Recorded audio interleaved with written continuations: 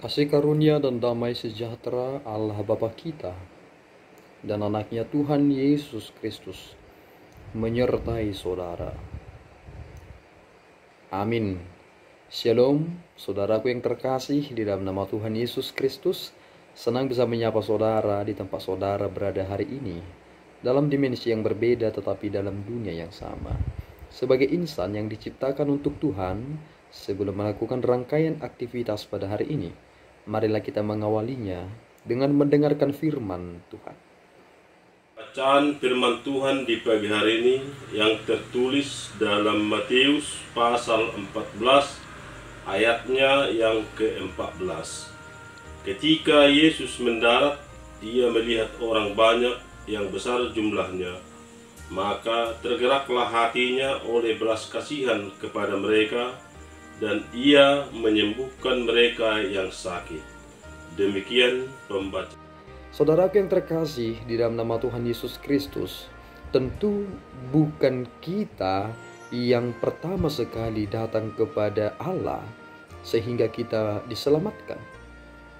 Bukan karena kita yang terlebih dahulu datang kepada Bapa sehingga kita disembuhkan. Tentu karena kedatangan Kristuslah maka kita melihat kesembuhan sejati itu nyata dan diterima oleh orang banyak.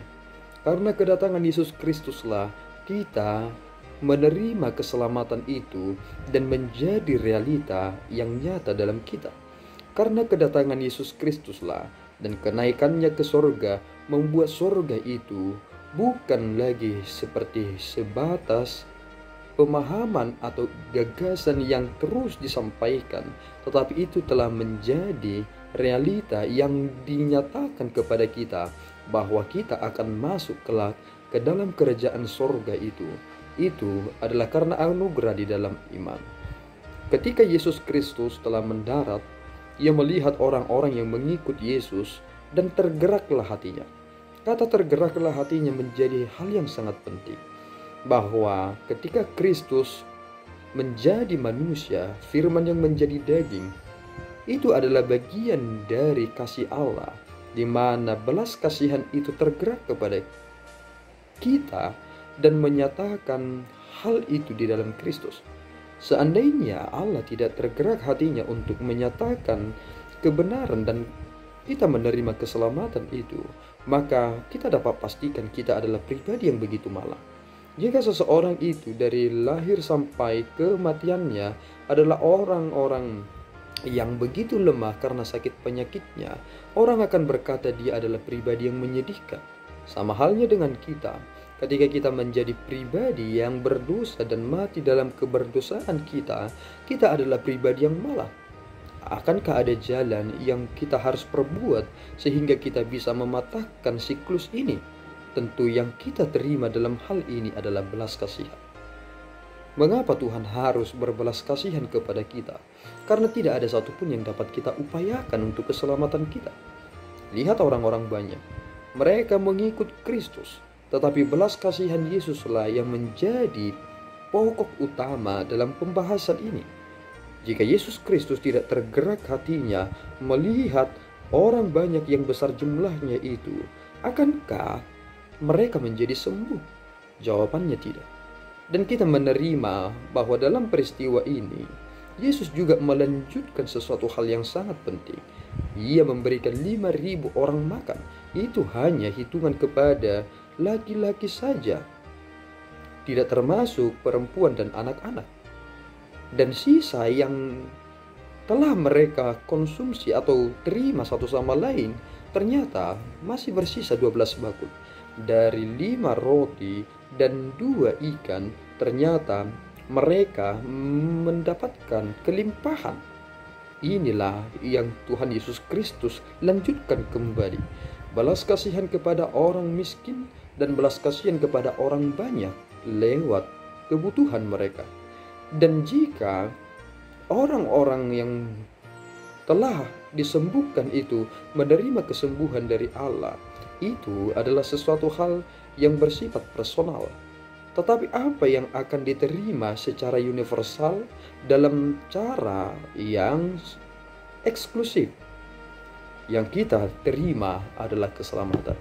Iman kepada Kristus memberikan kita jaminan akan keselamatan, bahwa ketika kita telah dikatakan sebagai orang yang diselamatkan, kita memiliki tanggung jawab sebagai orang-orang yang harus meneruskan kebaikan itu dan menunjukkan itu kepada semua orang.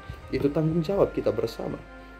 Sehingga jika kita tidak menjadi pribadi yang termasuk dalam nats ini, kita menjadi pribadi yang termasuk dalam keseluruhan maksud Allah di dalam Kristus. Sehingga kita sangat bersyukur saudaraku, karena rencana keselamatan itu telah kita terima dan telah berada di dalam diri kita. Itu mengapa kita memiliki tugas untuk mengerjakan keselamatan itu. Jangan hanya menjadi pribadi yang mengimani Yesus karena telah mendapatkan kesembuhan, karena perubahan finansial yang Tuhan perbaharui. Tetapi bersyukurlah saudara, meskipun saudara tidak sembuh-sembuh, meskipun saudara terus berdoa kepada Tuhan, tetapi iman saudara tidak tergoyahkan. Itulah hal yang terpenting. Ketimbang kita harus menerima mujizat dulu baru kita beriman kepadanya, tentu kita baru menyadari satu hal. Bersyukurlah dan berbahagialah kita, karena kita tetap percaya meskipun tidak melihat. Itu adalah kekuatan yang ternyata Roh Kudus tanamkan di dalam diri kita, dan itulah kebenaran. Kiranya Tuhan memberkati saudara, memampukan saudara dalam menjalani kehidupan ini sebagai orang-orang yang telah dimerdekakan untuk melakukan perkara-perkara yang di atas, meskipun kita berada di dalam dunia ini. Tuhan Yesus memberkati. Kita berdoa. Ya Tuhan, kami bersyukur atas berkat-Mu. Terima kasih Bapa atas berkat yang kami telah terima. Engkau telah menganugerahkan pengertian yang dalam bagi kami, bahwa hanya karena kasih karunia-Mu lah, melalui belas kasihan yang telah Tuhan nyatakan di dalam pribadi Yesus Kristus, kami telah menjadi orang yang menerimanya. Terima kasih Bapa, kami telah diterima dalam rencana keselamatan itu, dan kami telah menerima itu di dalam iman kepada Yesus Kristus. Mampukanlah kami Tuhan, supaya kebahagiaan kami itu tidak diambil oleh si jahat, tetapi kami senantiasa bersyukur dan penuh dengan kebahagiaan untuk dapat mengakhiri semua pertandingan hidup kami dengan baik. Terimalah Tuhan pujian kami dan doa kami ini di dalam Yesus. Kami telah berdoa dan mengucap syukur. Anugerah Tuhan kita Yesus Kristus, kasih setia Allah Bapa, dan persekutuan Roh Kudus menyertai saudara. Amin. Tuhan Yesus memberkati.